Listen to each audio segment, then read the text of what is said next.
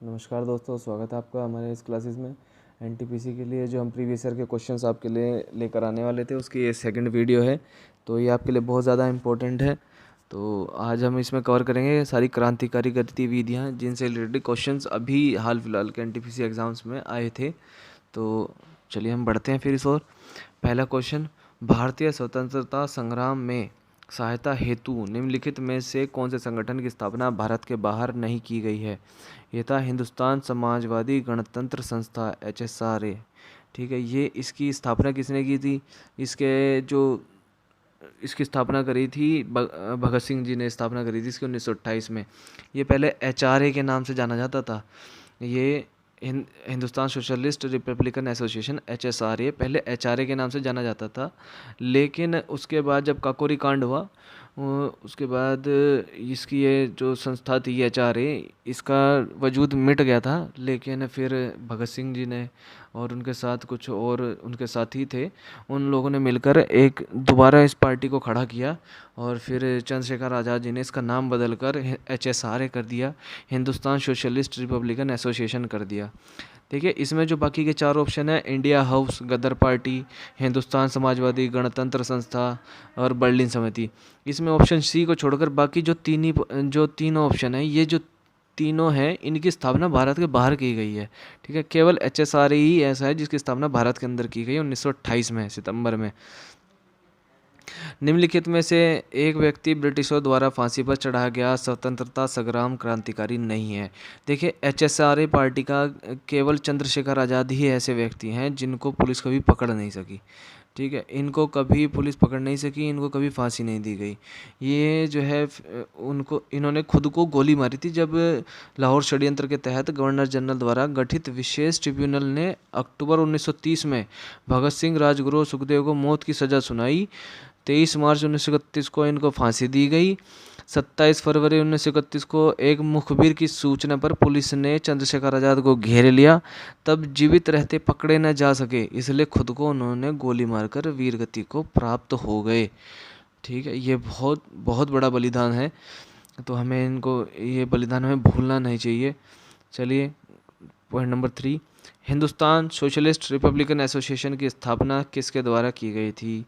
बिल्कुल, अभी मैंने आपको बताया, डी ऑप्शन, भगत सिंह के द्वारा इस पार्टी की स्थापना की गई थी, HRA की, जिसका बाद में चंद्रशेखर आज़ाद जी ने नाम जो है HSRA कर दिया था, हिंदुस्तान सोशलिस्ट रिपब्लिकन एसोसिएशन कर दिया था। पहले हिंदुस्तान रिपब्लिकन एसोसिएशन थी ओनली। ठीक है, और नेक्स्ट क्वेश्चन, भगत सिंह और उसके साथियों ने किसका बदला लेने के लिए ब्रिटिश अधिकारी जॉन सॉन्डर्स की हत्या की थी? किसकी हत्या का बदला लिया था? लाला लाजपत राय की मौत का बदला लिया था। देखिए, उस समय साइमन कमीशन का विरोध कर रहे थे लाला लाजपत राय, तो उस समय उनके ऊपर लाठी चार्ज किया गया और उनके सर में लाठी लगने से उनकी मौत हो गई थी, लाला लाजपत राय के। तो इस चीज़ से हाँ, हमारे भगत सिंह जी थे वो बहुत ज़्यादा आहत हो गए। तो उन्होंने अपने साथियों के साथ मिलकर, ब्रिटिश अधिकारी थे एक जॉन सॉन्डर्स जो पुलिस अधीक्षक थे, उनको गोली मार दी थी, जिसके लिए भगत सिंह और उनके दो साथी राजगुरु और सुखदेव को फांसी की सज़ा दी गई थी। ठीक, नेक्स्ट क्वेश्चन, निम्नलिखित में से किसने स्वतंत्रता आंदोलन के एक अंश के रूप में चिटगांव शस्त्रागार छापा में भाग लिया था? देखिए, बहुत इंपॉर्टेंट क्वेश्चन है, कई बार आ चुका है।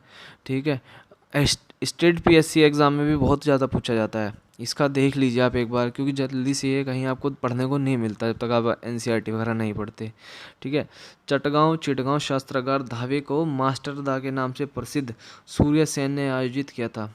सूर्य सेन ने बंगाल में इंडियन रिपब्लिकन आर्मी IRA की स्थापना की थी।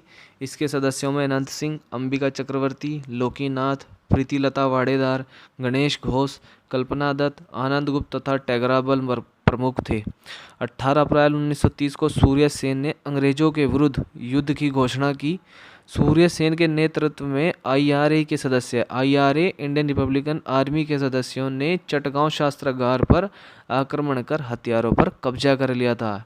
ये बहुत इंपॉर्टेंट है, सूर्य सेन जी का नाम याद रखिएगा। Option D, Pritilata Wadedar.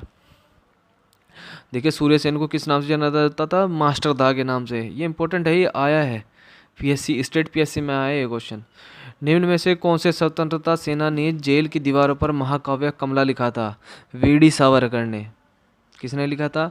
VD Savarkar ने। और उन्होंने, ये कौन सी जेल में बनते हैं? ये अंडमान निकोबार की जेल में बनते हैं, जिसको काला पानी की सज़ा भी कहते हैं हम लोग। और इन्होंने वहाँ की दीवार पर सबसे पहले स्वराज शब्द लिखा था, पूर्ण स्वराज। ठीक है, ये इम्पोर्टेंट है।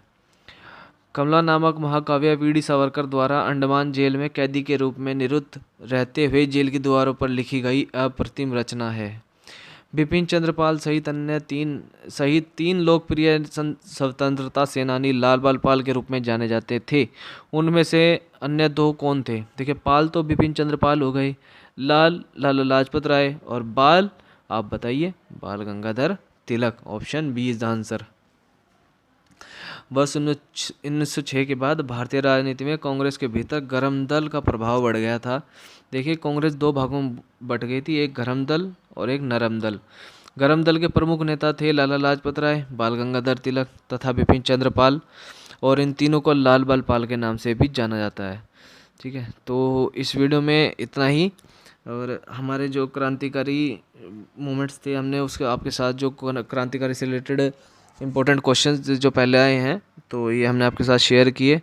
तो प्लीज़ चैनल को लाइक एंड सब्सक्राइब जरूर करें, शेयर करें। और आपके कमेंट्स बहुत ज़्यादा वैल्यूएबल हैं। कुछ सजेशन हो, कुछ डाउट हो, कुछ भी पूछना चाहते हो आप, तो please free to ask. And thank you very much. See you again.